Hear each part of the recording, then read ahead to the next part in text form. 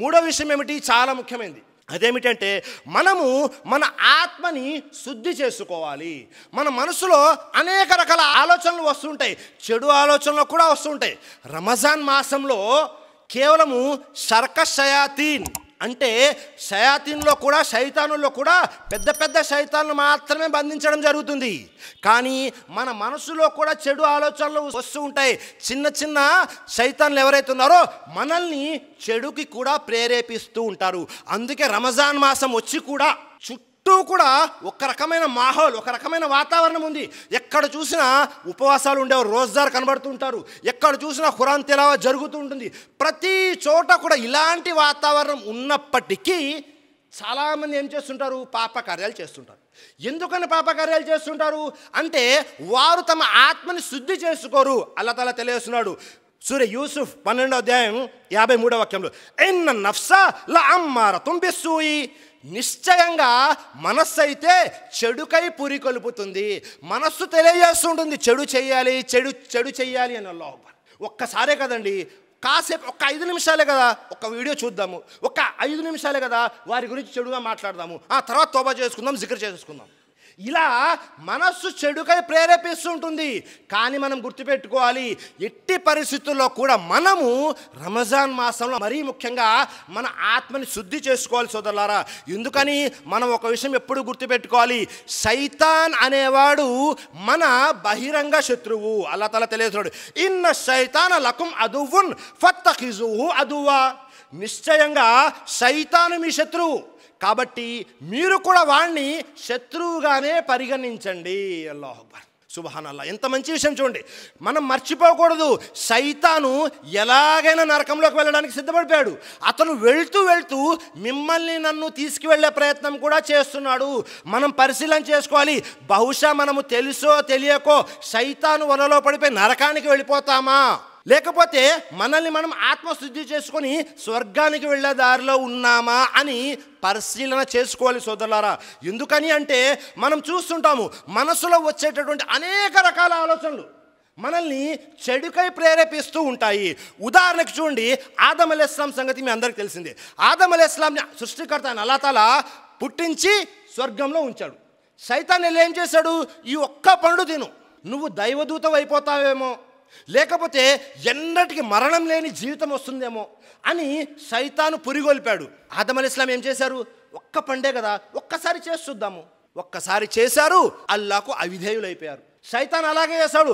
మన నైజంలో ఈ గుణం ఉంది, ఏది, ఒక్కసారి చేసి చూద్దాంలేండి అన్న గుణము మనందరి నైజంలో ఉంది. మీరైనా నేనైనా ఒక్కసారి చేద్దాంలేండి, చేస్తే తెలుస్తుంది కదా పాజిటివో నెగిటివో, పుణ్యమో పాపమో అని ఆలోచిస్తుంటాము. కాదు సోదరులారా, ఒక్కసారి చేయడం కూడా వద్దు. శైతాన్ మనల్ని ఒక్కసారి తీసుకెళ్ళి పూర్తిగా ఇరికించేస్తాడు. ఆ పాపంలో నుండి మళ్ళీ మనం బయటకు రాలేని పరిస్థితి వస్తుంది. కాబట్టి మనం ఎట్టి పరిస్థితుల్లో కూడా శైతాన్ యొక్క వలలో పడకుండా మనల్ని మనం కాపాడుకోవాలి. ఒక్కసారి అనే ఆలోచన వద్దు. అంత సమస్య అంతా మనసుతోనే కదండి, ఈ మనసును తీసి పక్కన పెట్టేద్దామా, సాధ్యం లేదు. మనసు ఉంటుంది, మనసుని మనం తీయలేము, కానీ ఆ మనసుని మనం సంస్కరించుకోగలము.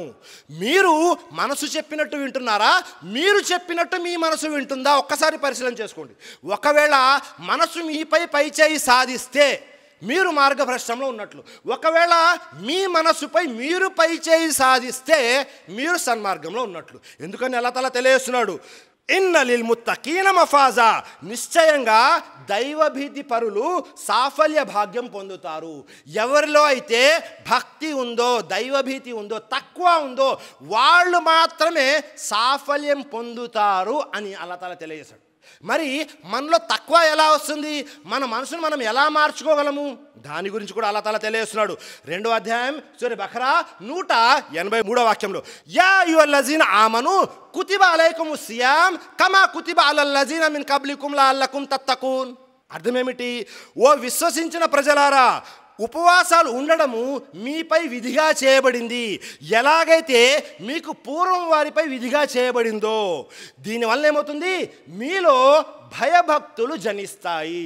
అసలు మనం ఉపవాసాలు ఎందుకు ఉండాలి అంటే మనలో తక్కువ రావడానికి, భయభక్తులు రావడానికి, మనల్ని మనం సంస్కరించుకోవడానికి అత్యుత్తమ మార్గం ఏదైనా ఉంది అంటే అది రంజాన్ యొక్క ఉపవాసాలు. రంజాన్లో ఎప్పుడైతే మనం ఉపవాసాలు ఉంటామో మన కళ్ళ ముందు తినే ఆహార పదార్థాలు ఉంటాయి, మన కళ్ళ ముందు నీళ్లు ఉంటాయి, కానీ ఆ నీటిని తాగలేము, ఆ ఆహార పదార్థాలను తినలేము. ఎందుకని? తక్కువ. అల్లా నన్ను చూస్తున్నాడు, ఉపవాసాలు విధిగా విధించాడు. నెలలో 11 నెలలు లేనటువంటి విషయము ఒక నెల అల్లా తన కోసం ప్రత్యేకంగా ఉపవాసాలు ఉండమన్నాడు. ఎందుకు ఉండమన్నాడు? మనము పస్తులుంటే అల్లాకేమైనా లాభమా? ఏమీ లాభం లేదు. మనలో భయభక్తులు రావాలి. అల్లా ఏవైతే వరాలు మనకిచ్చాడో ఆ వరాలను మనం గుర్తించాలి, అల్లాకి సమర్పించుకోవాలి, అల్లాకి దాస్యం చేయాలి. అల్లా మనకు వరాలు ఇచ్చాడు, ఆ వరాల్ని గుర్తించి ఏం చేయాలి? అల్లా యొక్క ఇబాదత్, ఆరాధన ఎక్కువ చేయాలి అని అల్లా ఆకాంక్షిస్తున్నాడు. ఎందుకని? మనకు నీటి విలువ రంజాన్ నెలలో తెలుస్తుంది. రంజాన్లో గొంతు ఎండిపోతూ ఉంటుంది, సాయంత్రం అయిపోతుంది, ఎప్పుడెప్పుడు ఇఫ్తార్ అవుతుందా, నీరు తాగుదామా అనుకుంటుంటాము.